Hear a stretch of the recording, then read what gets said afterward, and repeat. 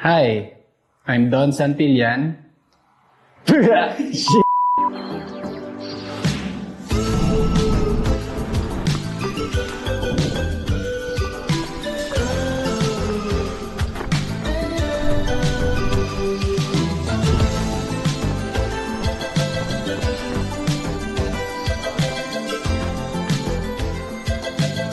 Thank you so much.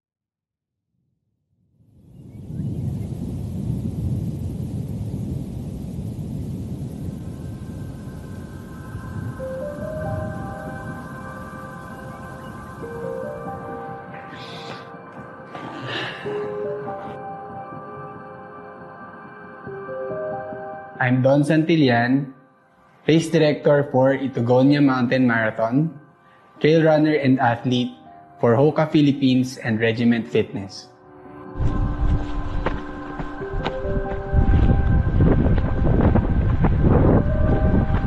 So preparing for Pulag Ultra Trail, I specifically trained for the vert.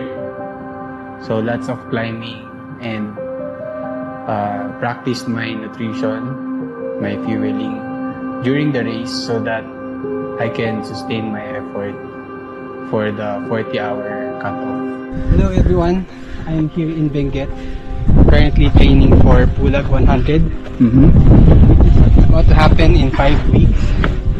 And now I'm doing a 16-kilometer easy run to prepare for the 130-kilometer point A to B race from Kabayan, Benguet, going to Baguio City.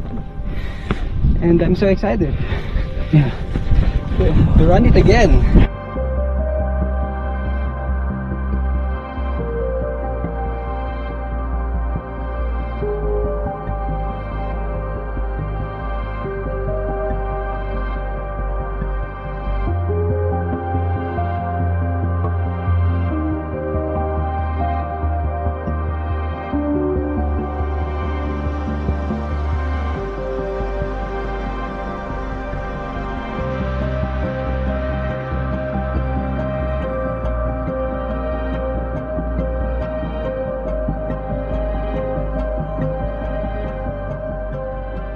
My goal for Pulag Ultra Trail is to apply what I've learned, evidence-based training and fueling, and specific to trail running, some new learnings, approaches that I learned from my coaches. So I hope to apply this in the race and most of all, have fun and get to know other runners along the course.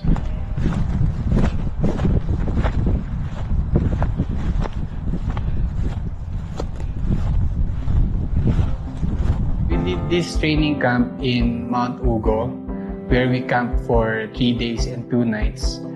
I invited my friend Miguel and Mark to join me on one of the days where I had my 20-mile training run. And we accumulated around 2,500 meters of climbing and also experienced the weather on the actual course.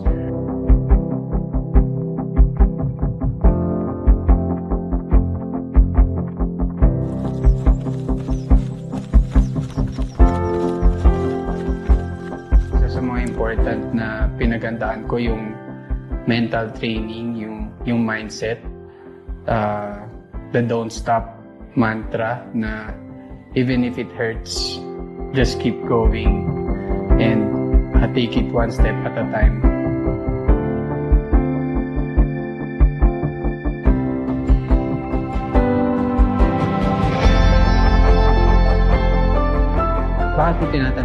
average ko.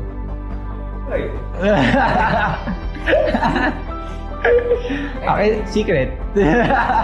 My average weekly mileage, since I'm not a high mileage guy, it ranges for the 5 weeks an average of 80 to 85 kilometers per week with tons of work.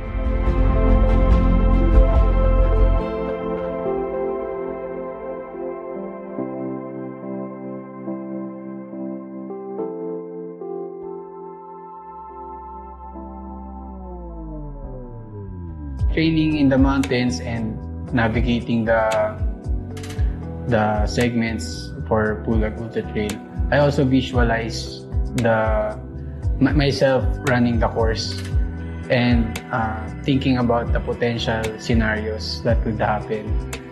For example, bad weather or getting lost. Pag naramdaman ko yung lamig, kasi kilala ko yung body ko, ako yung taong lamigin. Yung iba kasi, ang tibay nila eh. Ako for some reason, parang siguro kailangan kong palitan yung mindset na yun, baka nasa main ko lang. Start nang pumasok ng road. Yan, road, tapos trail, gilid-gilid lang. Pagdating ng 5 kilometers, yan na yung trekking poles na yan.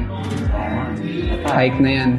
What I'm expecting in Pulag Ultra Trail race is that it's going to be a cold and steep race, especially since aakyat ng Mount Pulag summit. It's going to be very difficult in the climbs and also the downhills, which are very steep also.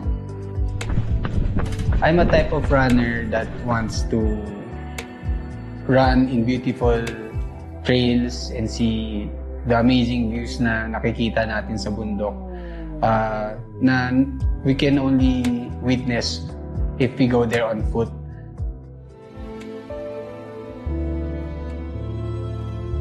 So now it's 3 days until race day. I'm so excited to join Pulag Ultra Trail, 130 kilometers, because I want to take this challenge and test kung hanggang saan yung kaya ko mag-push.